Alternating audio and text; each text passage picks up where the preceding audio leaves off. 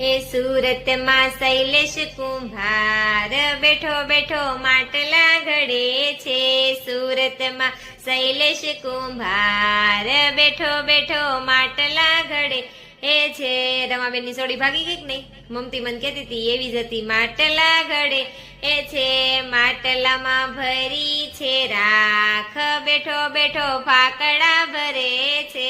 માટલામાં ભરી છે રાખ બેઠો બેઠો ફાકડા ભરે છે. ફલાણા બેને મારી લપાટ રોતલીનો રોયા કરે છે. આવો આ બાજુ બેહો તમે, મને ઝીલાવા બેહો ને તમે અહીંયા બેહો, જગ્યા હોય ત્યાં બેહી જાવ ને.